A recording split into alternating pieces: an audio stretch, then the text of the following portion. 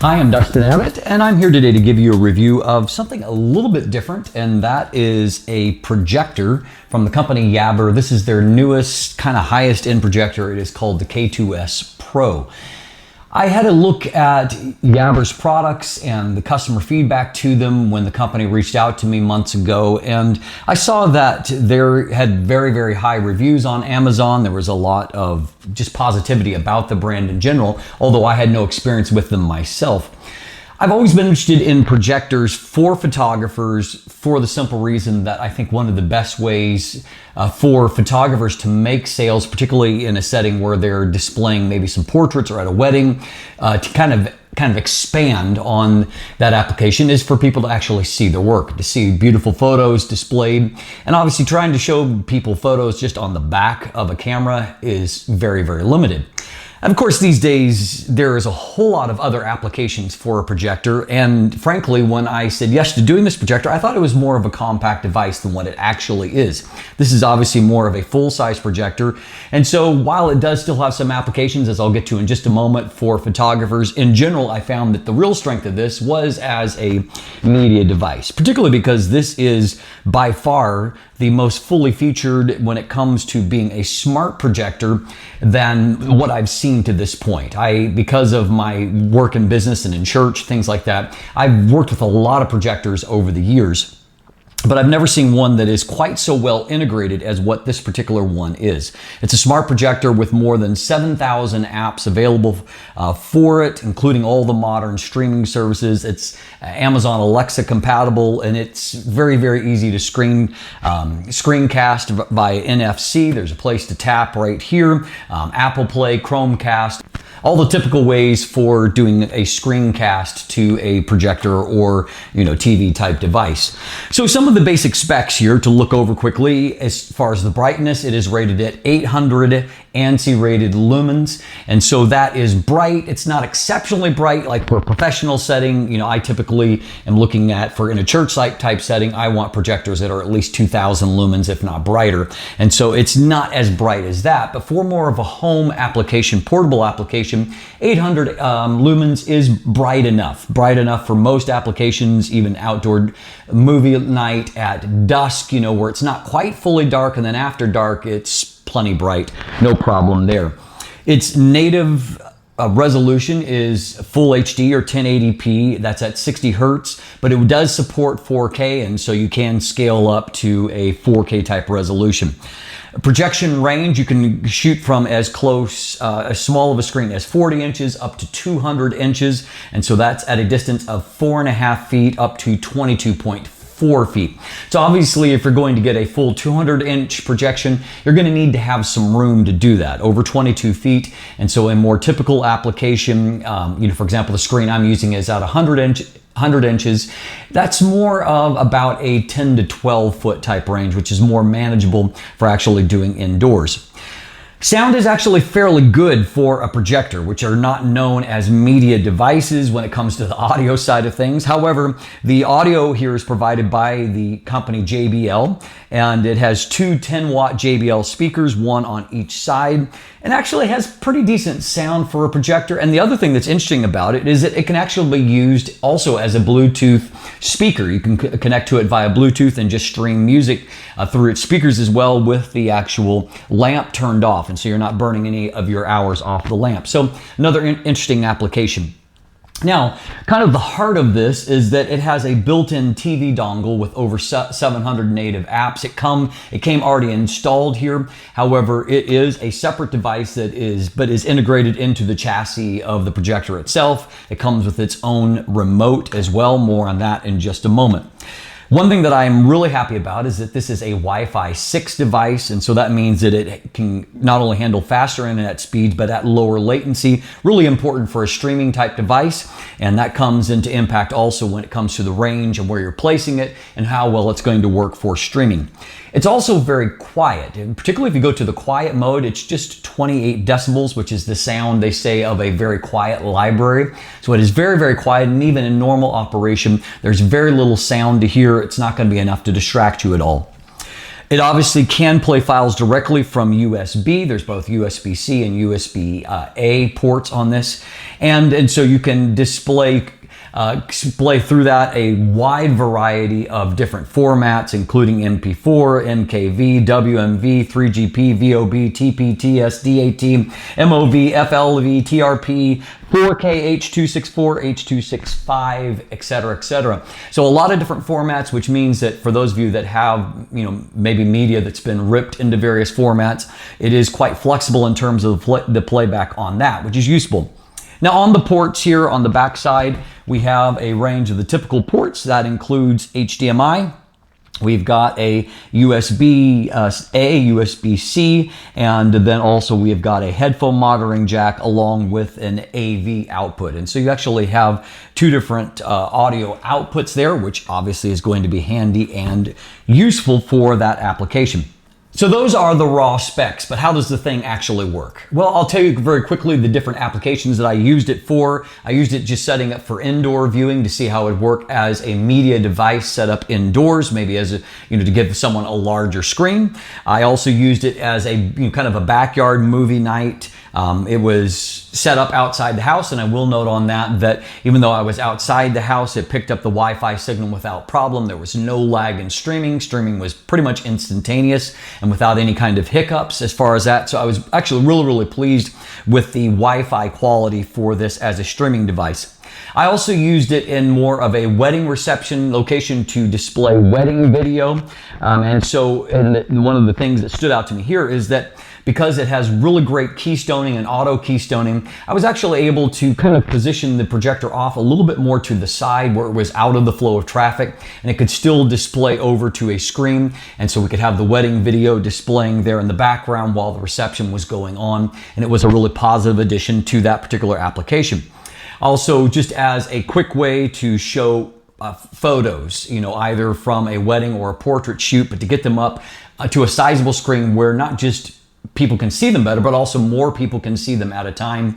And it worked really well for that application as well. Though I will note on that application, it's not as portable as some smaller projector that you could bring along for, that simple purpose. So I don't know if that alone, it's the best application for it, but it certainly worked fine for that as well. So let's talk about some things that are great before I talk about some things that are not so great over my time of testing. So what's great about it is that it is very easy to set up. It's very plug and play. There's a lot going on, obviously, with the streaming device, a variety of different services you're going to interact with, but it basically just plays pretty much like a Google Play type device in that you are able to set up streaming services and apps that can be installed right to the projector itself. And so it works if you've ever set up something on a phone or a tablet that is Android based, then you're going to be very familiar with this process. It was also very intuitive in terms of being able to interact with my phone. And so I didn't have to try to do everything just from a remote, which can be a little bit of a tedious process. And so anyway, I was really impressed by that. I was able to very quickly stream. I tested about 3 or 4 different devices, and I was very quickly able to sync up and to stream from them to the projector, which tells me it's going to be a very useful device for that application, where it's not going to be difficult to hook up a new device and to get very quickly up to displaying it. And frankly, if it doesn't work like that, then people are going to just tire of using something unless you're using it in the same situation again and again. The fact that it is plug and play and easy to use means that it's more user-friendly for a lot of people.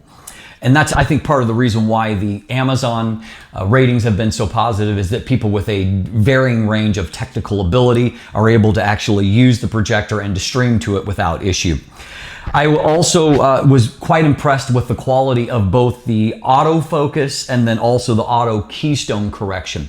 And so if you move it around, it instantly will pick up on that. It will quickly cycle through an autofocus and an auto keystoning. And I found through manual work, I was not really able to hardly improve over what it did. And so it actually works. It's very user-friendly. It's not something you have to worry about. And so it just means that you don't have to be perfect in your viewing angle. The camera will correct for that quite quite effectively. Now, I will note on that note that you're always going to get your largest picture at your shortest distance by being as square on as possible. When it's not having to correct for keystoning, you actually get more image area. And so best application is if you can shoot directly at it, but if you can't do that, note that you do have great keystoning capabilities on that. I also found that for the various applications that I tested, it was bright enough for all of those applications. That included covering that 100-inch screen. And so it wasn't like some of these devices that I've used to where it's just, they never really felt bright enough. This is not overpoweringly bright, but it does feel bright enough for its intended purposes. I also felt like the picture quality and the colors looked good. You do have ability to tweak all of those things, but out of the box, it also looked quite good. And as noted, it has an easy learning curve. Basically, things just work on there and are fairly self-explanatory, and so that was useful. One other thing that I did notice is that obviously, time you have a fan, it's going to suck in some dust. It was very easy to open up a back housing and to extract a filter. You can clean that filter and then reinstall it and put that housing back on. And so it was, I think, cleverly designed for long-term use and kind of keeping up on that. So what's not so great about it?